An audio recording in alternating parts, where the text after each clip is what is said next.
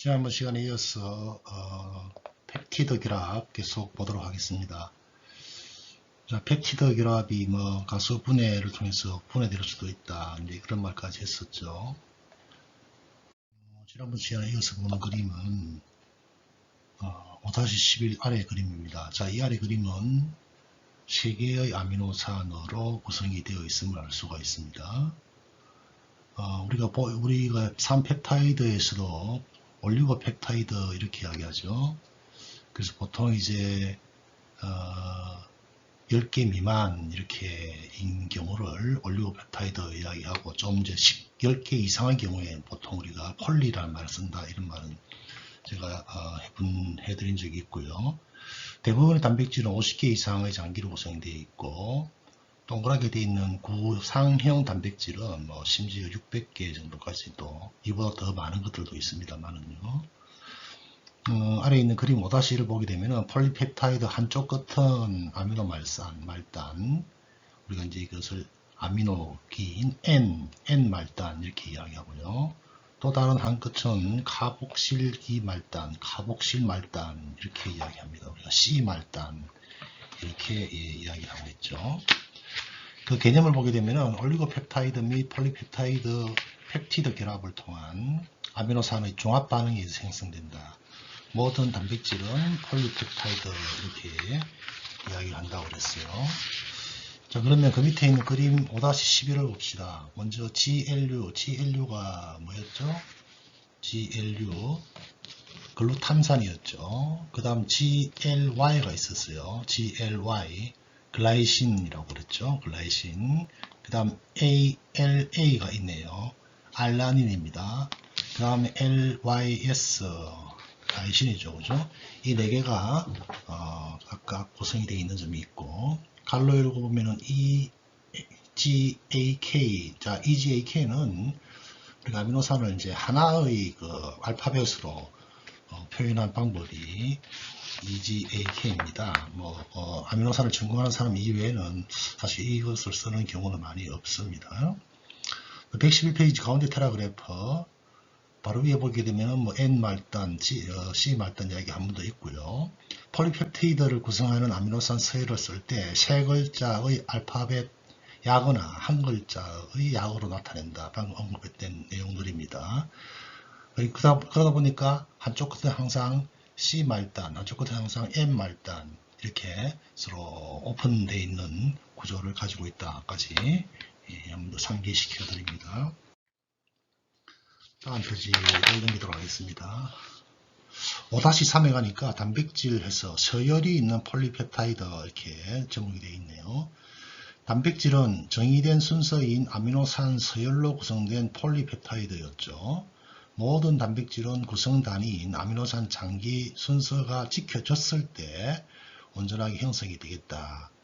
두 번째 줄 더 내려가서요. 이 서열 또한 단백질의 기본 구조인 1차 구조라고 표현합니다. 단백질이 펩타이드 결합으로 쭉 연결된 1차 구조라 이렇게 이야기를 하고 있다.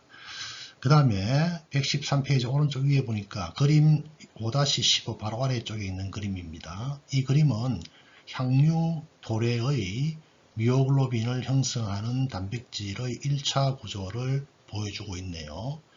그 다음에 인간 미오글로빈 또한 일정한 1차 구조 바탕으로 형성이 되고 있고, 향유고래와 인간의 미오글로빈을 구성하는 단백질 서열이 상당히 유사하다는 것을 알 수가 있어요. 자, 거기 보면은 파란색으로 된 거는 동일한 아미노산이고요. 그 다음에 두 가지 이제 초록색, 연두색이나 노랗게 되어 있는 거는 보존적 대체 혹은 비보존적 대체 이렇게 되어 있네요.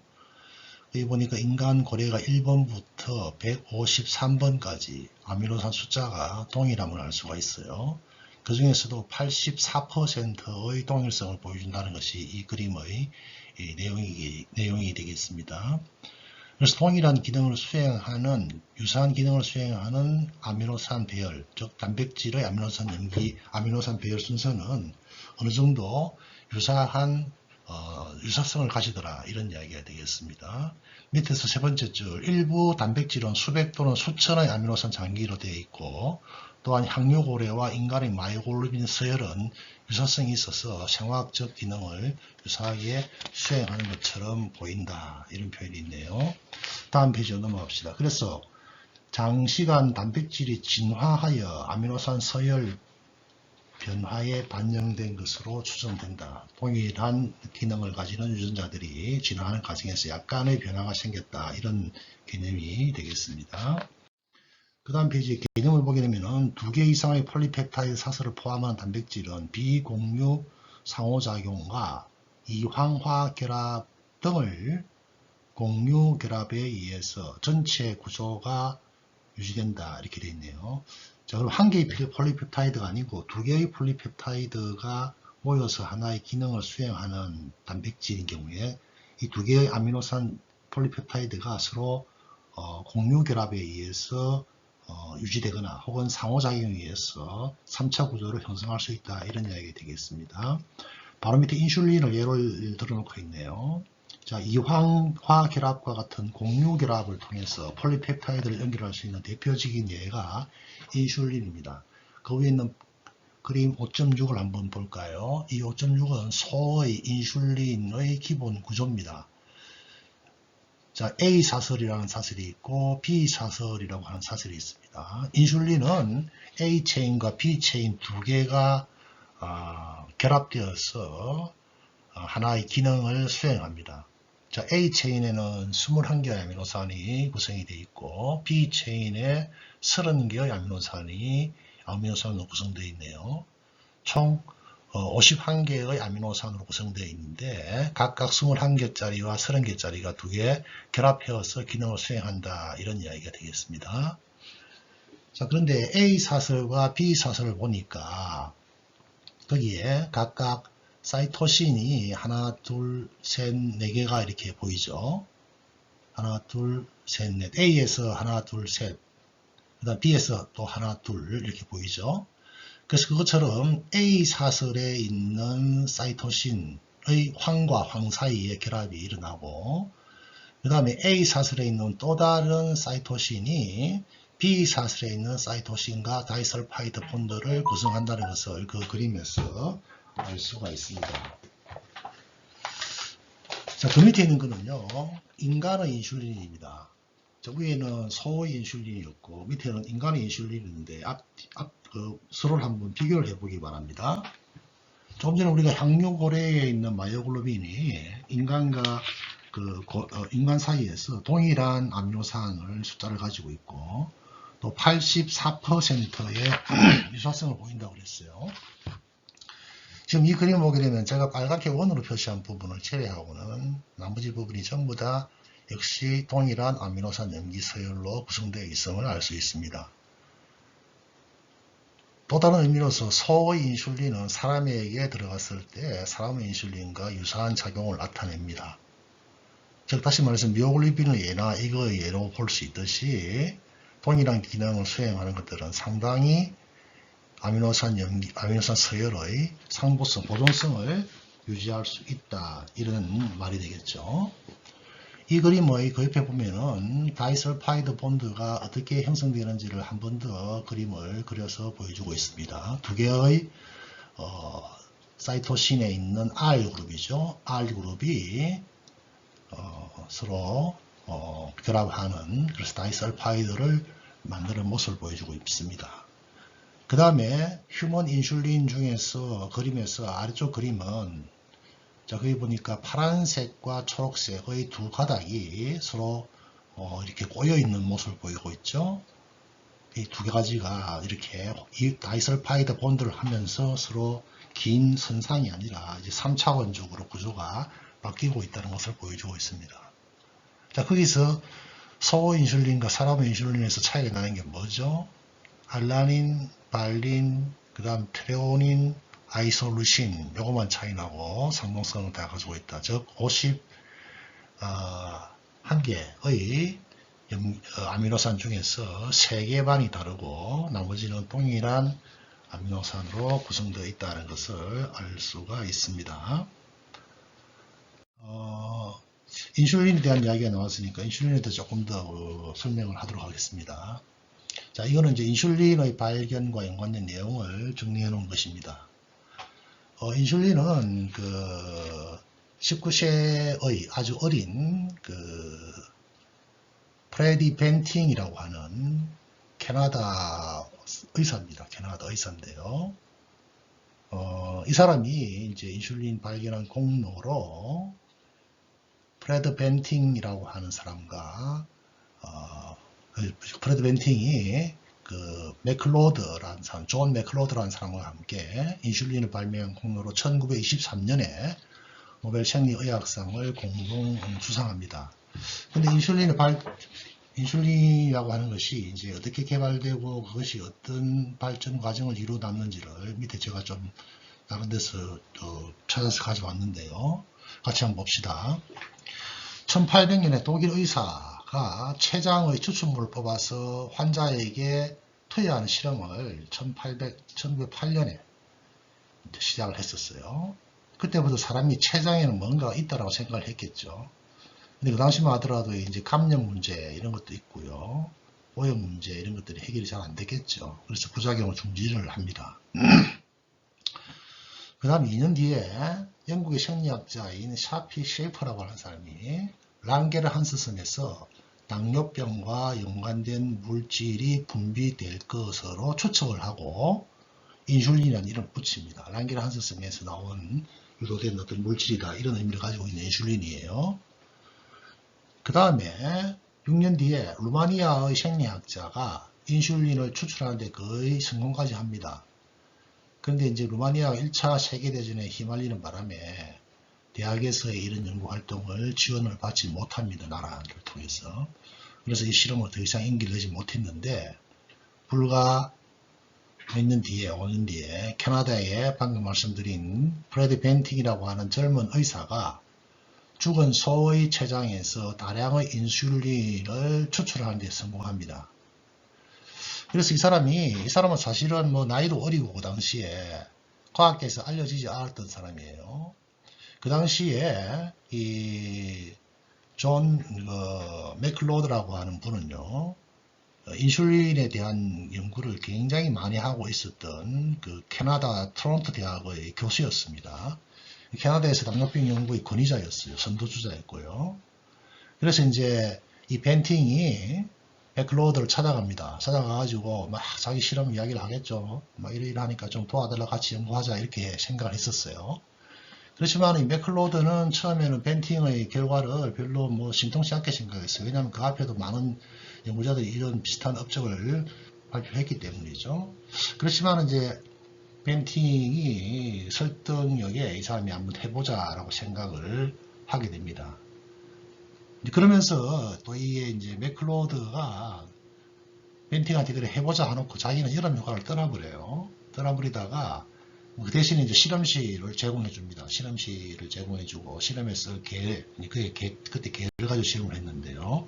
개 이런 걸 제공해 주고 또 자기 밑에 연구를 하고 있던 2명의 대학원생들을 소개합니다. 도와주러 하는데 참 여기서 이제 희비가 엇갈리는 거예요. 여기 이제 벤팅은 실험할 수 있는 공간과 실험을 도와줄 연구원이 필요했고 그 공간과 연구원을 이제 맥클로드가 제공을 했는데 맥클로드 밑에 있는 대학원생은 처음 보는 이 젊은 애가 와서 실험을 하겠다니까 탐탁지 않았겠죠. 그래서 2명의 대학원생 보고 좀 도와주라 했는데 이 두 대학원생이 서로 이제 발을 빼는 거예요. 그러다 이 두 사람이 이제 교수가 시키니까 하기는 해야 되겠죠. 동전 던지기를 합니다. 동전 던지기를 해가지고 그 옆에 보니까 세 번째 베스트라는 사람이 있죠. 이 베스트라는 학생이 먼저 일을 참여하도록 이렇게 걸리게 되는 거예요. 자기는 안 하기를 바랬는데 그래서 여름 방학 내내 이제 조수로서 같이 일을 하다가 이게 터진 거죠. 그래서 이제 뭐 엄청난 그때부터 엄청난 이제 막 반향이 시작되는 거죠. 그렇게 해서 이제 그 채취한 인슐린을 가지고 그 다음에 벤팅이 외과 의사니까요. 1년 뒤에 14세 소년 톰슨 레너드라고 하는 소년에게 첫 인슐린 투여를 함으로써 혈당 개선에 성공합니다. 그 다음에 36년에 프로타민이 첨가된 인슐린이 개발되어서 약물의 작용 시간을 연장시킨다. 이 말은 무슨 말이냐면은 그냥 이거는 추출한 거기 때문에 투여하면은 빨리빨리 사라지겠죠. 그죠? 그래서 그 효능이 연장되는 방법을 개발했고요. 그 다음에 뭐 일회용 주사기도 나오게 되겠고 인슐린 펌프를 또 개발하고 뭐 이런 이제 인슐린 환자들이 사용할 수 있는 방법이 개선됩니다. 그렇지만은 이런 인슐린은요 소에서 거의 뽑아가지고 이제 썼었어요. 그러다 보니까 생산하는 데 굉장히 문제가 많았죠.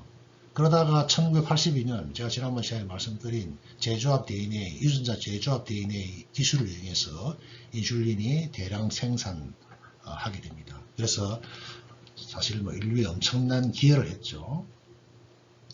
그래서 이제 두 사람이 이제 노벨 생리의상을 받게 됐는데 사람들이 그러면은 맥클로드가 한 일이 뭐냐 이렇게 생각했겠지만은 맥클로드는 그 당시에 당뇨병의 근위자였고 또 실험할 수 있는 아이디어 제공도 해주고 실험 결과를 해석하는 데 지대한 공헌을 했습니다. 그래서 이제 이 벤팅은 그 당시에 받은 엄청난 금액의 노벨상 상금을 자기한테 받은 상금을 이제 베스트에게 나눠주고요. 또 맥클로드도 역시 자기가 받은 상금 일부를 제자들에게 나눠주고 하는 그런 모습을 보여줍니다. 여하튼 이 벤팅이라는 사람은 32세의 젊은 나이로 노벨 생리의학상을 받은 최연소 노벨상 수상자입니다. 이 분야에서. 그 다음에 이제 학도 연구소도 차리고 그런 연구를 지속적으로 많이 하게 됩니다. 이야기 좀 길었지만은 흥미로운 내용이라서 제가 소개시켜 드렸고요. 좀 전에 보니까 톰슨 레너드라고 하는 14세 소년에게 인슐린을 처음 이제 투여했다 되어 있는데, 얘가 첫 투여한 애입니다. 보니까 1922년 1월 11일 퍼스트 페이션트가 돼 있죠. 그죠? 이게 그 당시에 막 캐나다 신문에 막 나고 뭐 난리가 났었겠죠. 이거는 이제 벤팅의 실험실이었고요. 근데 불행하게도 이 소녀는 당뇨병에 대한 치료는 확실히 많이 받았습니다만은 개선되었습니다만은 27살의 나이에 아깝게 폐렴으로 사망을 하게 됩니다. 자, 그러면은 이 레너드 톰슨은 당뇨병의 타입 1일까요? 2일까요? 한번 여러분들이 정답을 생각해 보기 바랍니다. 자, 그 다음에요. 다시 114페이지로 가서요. 인슐린 바로 밑에 모든 단백질의 기본 구조는 특정 유전자에 의해서 결정이 되겠죠. 아미노산을 결정하는 DNA 코드를 알고 있기 때문에 유전자의 염기 서열, 더 정확히는 유전자로부터 전사되는 mRNA의 서열에 대응하는 아미노산 서열이 단백질 1차 구조에 해당하겠죠. 그에 대한 내용이 5-4에 대한 내용입니다. 자, 유전자에서 단백질로 가기 위해서는 유전자 코드라는 게 필요하다는 거죠. 우리가 전장에서 유전자의 DNA 서열이 mRNA로 전사되어서 단백질로 번역되는 과정에 센트럴 도그마를 설명을 했어요. 자, DNA는 단 4종류의 뉴클레오타이드로 구성되어 있다. 이렇게 하겠죠. 그래서 뉴클레오타이드가 각각 하나하나가 20가지 종류의 서로 다른 단백질을 암호화하기에는 턱없이 부족하죠. 4개니까. 20개 다 서로 다 다르잖아요. 그죠? 그래서 처음에는 사람들이 뉴클레오타이드가 유전자가 아니라고 생각을 했던 거예요. 그러다가 이제 차츰 이제 밝혀져서 3개가 하나의 단백질 구성 아미노산을 암호한다는 걸 이제 알게 되었죠. 그러니까 4개가 이제 3개가 되니까 64가지가 나오죠. 64가지가 나오는 거예요. 그래서 밑에 따라서 3개의 뉴클레오타이드가 타이드로 구성된 코돈이 아미노산을 코딩한다면은 이제 ATGC 4가지니까 4의 3승이 되겠죠. 그래서 64가지의 서로 다른 조합이 나오기 때문에 20개를 충분히 커버할 수가 있겠죠. 이런 이제 이론이 나오면서 바로 개념 바로 옆에요. 유전자 코드를 통하여 각 아미노산 장기에 대응하는 RNA 트리플렛. 그래서 이것을 우리가 3개가 하나의 아미노산을 암호한다. 그래서 트리플렛 이렇게 이야기를 합니다. 지금 이 슬라이드 보고 있는 그림 5-7은요. UAA, UAG, UGA는 가만히 보니까 뭐라고 되어 있습니까? 빨간 걸로 표시되어 있죠. 요거는 중지입니다. 중지. 요 신호가 있으면 더 이상 뭐가 안 된다는 거예요. 아미노기를 가져와서 단백질 합성하는 펩타이드 결합하는 작업이 더 이상 되지 않고 스탑이 된다는 거예요. UAA, UAG, UGA라고 하는 이 트리플렛 코드가 오게 되면 더 이상 단백질이 안 만들어진다. 그래서 이것을 우리가 스탑 코돈 이렇게 이야기합니다. 스탑 코돈. 거기에 비해서 초록색으로 표현된 AUG, 이거는 AUG로 시작되는 것은 그 부분에서 단백질 합성을 시작하는 첫 번째 아미노산을 가지고 옵니다. 자, AUG는 메치오닌이라고 하는 아미노산을 가져와요. 제가 아미노산 이야기할 때 메치오닌, 황을 가지고 있고 단백질 합성 개시에 핵심적으로 필요한 아미노산이다 라고 말씀을 드린 적이 있어요. 자, 거기 보니까 왼쪽 세로축은 5' 말단의 첫 번째 염기, 그 다음에 가운데는 두 번째 염기, 맨 오른쪽은 세 번째 염기라 되어 있어요. 그럼 UUU라고 하는 것은 첫 번째 염기도 U고, 두 번째 염기도 U고, 세 번째 염기도 U겠죠. 그리고 첫 번째 염기가 U면서 두 번째 염기가 U가 될 확률이 4가지가 되겠고, 그렇죠? 첫 번째 염기가 U면서 두 번째가 C가 될 확률도 4가지가 되겠죠. 그렇죠? 자, 그러면은 UUU 같은 경우에 보면은 UUU나 UUC는 동일한 페닐알라닌을 코딩합니다. 즉 64가지 중에서 64가지의 조합 중에서 동일한 아미노산의 암호를 가지는 것이 중복되어서 나타나는 그런 현상을 볼 수가 있습니다. 지금 이거는 mRNA 코드를 이야기하는 거예요. 그래서 좋았어. 다시 내용을 보겠습니다. 5번째 줄요. 그래서 그림 5-7은 표준 유전자 코드를 보여주는 것이고요. 또 조금 전에 봤듯이 이 세 가지는 중지 이런 말이 있었고요. 그 다음에 AUG는 개시로 작용한다. 스타트 코돈이다. 이렇게 이야기했고요. 이 코돈을 시작하는 원핵생물, 자, 진핵생물이 아니고 원핵생물에서는 좀 다르다는 이야기인데요. 그거는 생략하겠습니다. 그 다음 개념을 보겠습니다. mRNA 정보가 단백질 서열로 번역되는 과정은 AUG 코돈에서 시작된다. 이 코돈은 진핵생물에서 메치오닌, 원핵생물에서 조금 전에 이야기하고자 하는 조금 다른 변형된 메치오닌, 유사한 메치오닌이라 생각하면 될 거예요. 그거를 코딩한다. 이런 이야기가 되겠고요. 이제 코딩하게 되면 단백질이 이제 쭉쭉쭉 만들어질 거예요. 자, 그래서 이 그림을 한번 봐주기 바랍니다. 5-4 그림인데요. 5-19 그림이네요. 5-19. 이 5-19는 인간 마이오글로빈의 M말단 부분에 해당하는 DNA, mRNA, 폴리펩타이드의 서열을 보여주는 경우입니다. 이 경우에 M말단의 메치오닌이 제거된다. 이렇게 되어 있는데요. 자, 이 그림 한번 볼게요. 자, 여기 보니까 DNA 가닥이 있어요. 그죠? DNA 가닥이 있어요. DNA 가닥이 있는데, DNA 가닥 중에서 한 가닥은 mRNA 유전 정보를 전달해주는 반면에, 다른 한 가닥은 mRNA 전달을 하지 않습니다. 상보소 DNA 이중 가닥과 이중 나선을 구성하는 데 관여하는 겁니다. 그래서 그거 같은 경우에는 그 위에 있는 5-말단, 3-말단의 염기 서열을 상보적인 DNA 주형으로 이제 가지고 있는 것이고요. 밑에 있는 보라색 보니까 mRNA 상보적 염기 서열을 갖는 DNA 가닥으로서 mRNA 합성의 주형으로 사용됩니다. 그리고 위에 있는 초록색은 mRNA 정보를 전달하기 위한 주형으로 사용되지 않고 이중나선을 이루기 위한 DNA 가닥으로 사용되는 거고. 자, 그러면 밑에 있는 보라색이 mRNA로 바뀌어졌어요. mRNA로 바뀌어지게 되면은 T는 T에 해당하는 건 뭐가 되겠어요?